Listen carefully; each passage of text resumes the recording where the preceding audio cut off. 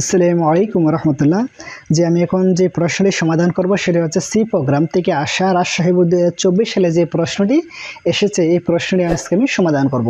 দেখো প্রশ্নের মধ্যে একটা ফ্লোচার্ট দেওয়া আছে। প্রথম যে প্রশ্ন বলছে কিওয়ার্ড কি, প্রথম প্রশ্ন কি বলছে বলতো, কিওয়ার্ড কি। খ অংশে বলেছে সি ভাষায় কেস সেন্সিটিভ ভাষা ব্যাখ্যা করো। আবার সি প্রথম যে প্রশ্ন বলছে বলতো কিওয়ার্ড কি, পরে খ অংশে বলেছে সি ভাষায় কেস সেন্সিটিভ ব্যাখ্যা করো। এখন এই দুইটা প্রশ্ন আমি একবার সহজ ভাষায় তোমাদেরকে সমাধান করে দিলাম, এখান থেকে তোমরা মুখস্থ করে নেবে। এই দুইটা প্রশ্ন খুবই গুরুত্বপূর্ণ। 1 নম্বর প্রশ্ন বলছে উদ্দীপকের সমস্যাটির জন্য অ্যালগরিদম লিখো। মানে উদ্দীপকের যে ফ্লোচার্টটা দেওয়া আছে এই ফ্লোচার্টের অ্যালগরিদমটা আমার লিখতে হবে। এখন আসো প্রথমে আমরা লিখবো ধাপ 1। প্রথমে আমরা কি লিখবো তো ধাপ 1 লিখবো। এই যে ধাপ 1 লিখবো। ধাপ 1 আমরা এখানে যে ফ্লোচার্টটা দেওয়া আছে এই ফ্লোচার্টটা শুধু কি করো বাংলায়, মানে ধাপে ধাপে তোমরা লিখবা বাংলায়, শুধু বিবরণটা লিখবা। এতটুকু হচ্ছে অ্যালগরিদম। তোমরা এখানে লিখছো স্টার্ট মানে কি শুরু করা। তাহলে আমরা এখানে ধাপ 1 আমরা কি লিখবো বলো তো, শুরু লিখবো। এই যে ধাপ 1 লিখবো আমরা শুরু করি। যে ধাপ 1 আমরা লিখবো শুরু করি। পরে ধাপ 2, এই যে আমরা এখানে লিখবো ধাপ 2 লিখবো। এই যে আমরা এখানে ধাপ 2। এখন ধাপ 2 কি করছে বলতো, ইনপুট কি সি, মানে সি এর মান গ্রহণ করছে। লিখবো এখানে মানে সি এর মান গ্রহণ করে লিখবো, সি এর মান গ্রহণ করি।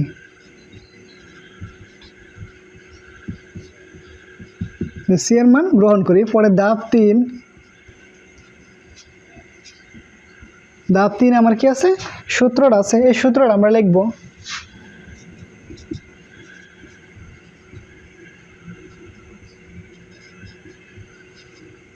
যে সূত্রটা লিখে পরে লিখবো নির্ণয় করি।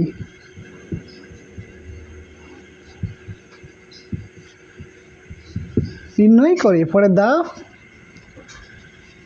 4, ধাপ 4 এখানে কি আছে, প্রিন্ট এফ। তাহলে লিখবো কি, এফ এর মান প্রিন্ট করি।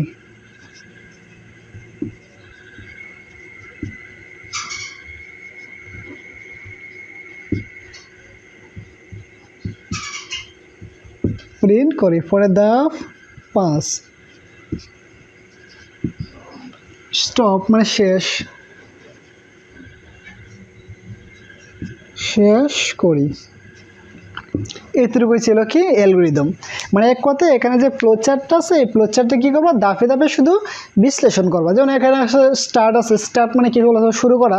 তো 1 নম্বর ধাপ 1 লিখবো কি স্টার্ট মানে শুরু করি। পরে ধাপ 2 কি ইনপুট হিসেবে কি সি এর মান গ্রহণ করছি, লিখবো ইনপুট সি এর মান গ্রহণ করি অথবা সি এর মান গ্রহণ করি। পর ধাপ 3 আমরা এই সূত্রটা লিখে লিখবো কি নির্ণয় করি। পরে ধাপ 4 আমরা কি প্রিন্ট এফ মানে এফ এর মান প্রিন্ট করি। ধাপ 6 আমরা কি করব, শেষ করব। এতটুকুই কাজ। মানে ধাপ 5 আমরা কি করবো, শেষ করব। এতটুকুই ছিল কি অ্যালগরিদম। আশা করি এটা তোমরা সুন্দর মতনই বুঝতে পেরেছো। এখন আমি ঘ অংশটি সমাধান করবো। তো ঘ অংশটিতে বলা হয়েছে উদ্দীপকের সমস্যাটির জন্য সি ভাষায় একটি প্রোগ্রাম লেখো যেখানে ঋণাত্মক ইনপুট গ্রহণযোগ্য হবে না।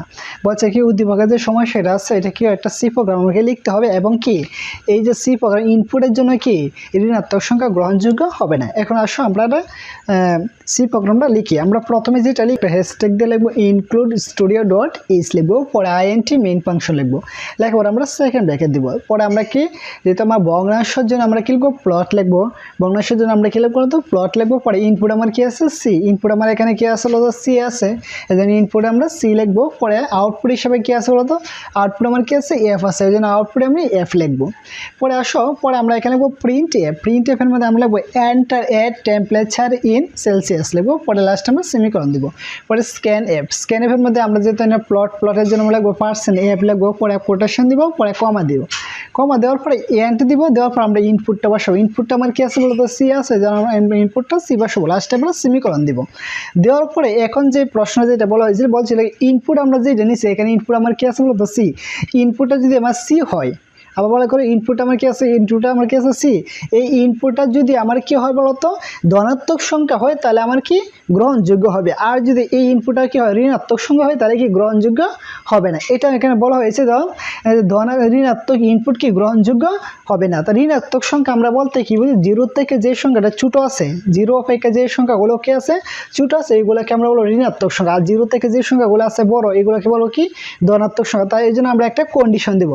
কন্ডিশনকে ইফটা কি দেবো, 0 থেকে কি ইনপুটটা কি বড়।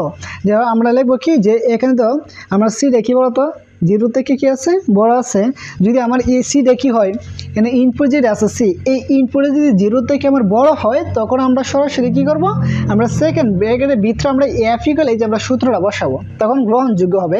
তখন আমরা সূত্রটা বসাবো, এখন এই সূত্র থেকে যে আউটপুটটা আসবে এটা আমরা এই যে আউটপুটটা ফলাফল প্রদর্শন করব। তাহলে আমরা লিখব print a temperature in Fahrenheit is percentage to a, পরে কোটেশন দিয়ে পরে এফ লিখবো আর কি, আমরা এখানে একটা কমা দিব।